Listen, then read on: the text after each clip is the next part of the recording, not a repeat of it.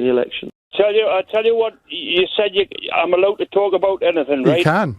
This radio station is the most Toryest radio station I've ever heard in my life. We just had Barry Gardner on for 45 I am a minutes. Labour supporter, right?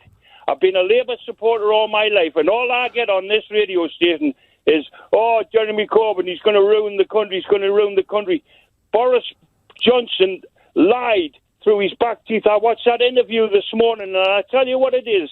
Ian, when you go home, you listen to that. I'm going to watch it. I am going to watch it. You listen to that interview, mate, and I tell you what, he's the biggest liar on 2 feet, right, that Boris Johnson made. He is an absolute disgrace to this country. And if we put him back into power, God help this country, mind. God help this country. Now, Shaun, I am sick to the back teeth of all these Tory idiots that turn around and say, Tories are going to do fantastic for this country. They are an absolute disgrace, these Tories. And they always have been. They don't give a damn about the North East. They don't give a damn about what happens up here.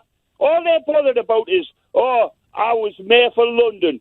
I done well for London. He's done nothing for the North East. The Tories have done nothing for the North East. And never will do.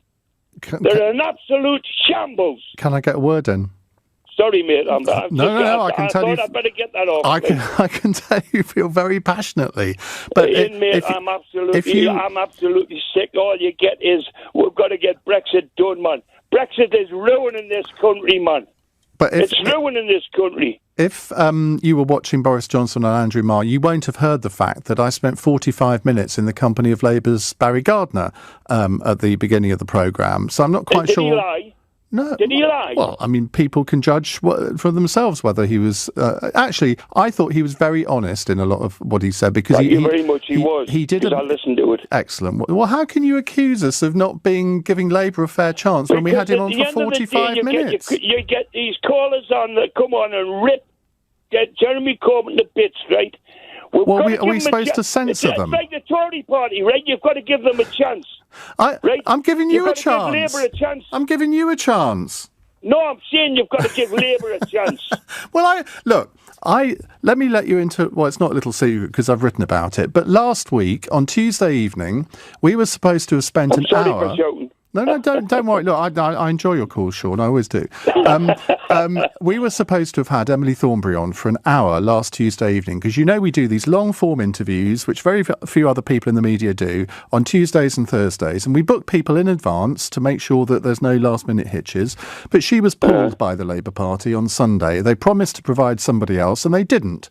So we couldn't interview a Labour politician, even though we had it in the schedule. Now, I take issues of balance seriously in an election campaign, partly because legally we have to provide the same amount of coverage to the Labour Party as we provide for the Conservative Party.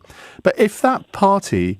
I mean, I could tell you the traumas that we went through getting Barry Gardner on this morning, and he was very good, and I'm really grateful to him for coming on. But it's like getting blood out of a stone, Shaun, sometimes. But at the end of the day, Ian, I listened to that interview this morning, right?